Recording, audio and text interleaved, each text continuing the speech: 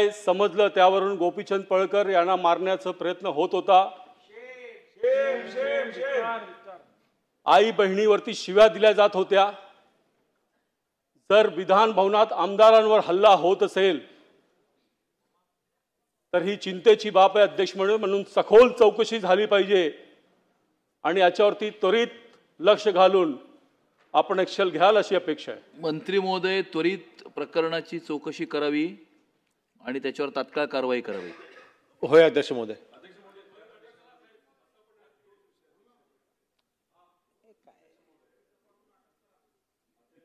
अध्यक्ष महोदय, या परिसरामध्ये आमदार महत्त्वपूर्ण असतो।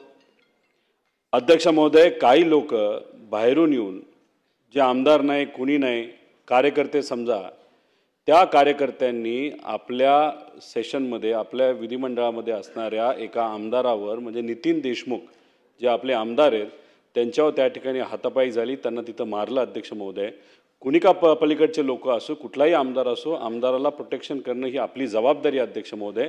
त्यामुळे याच्यामध्ये आपण लक्ष घाला। नितीन देशमुखांना कुणी मारलं, कुणी हातापाई तिथं केले अध्यक्ष महोदय, याचा त्या ठिकाणी आजच्या आज त्याच्यावर आपण लक्ष देऊन त्या व्यक्तीवर कारवाई करणं अध्यक्ष महोदय महत्त्वाचं आहे।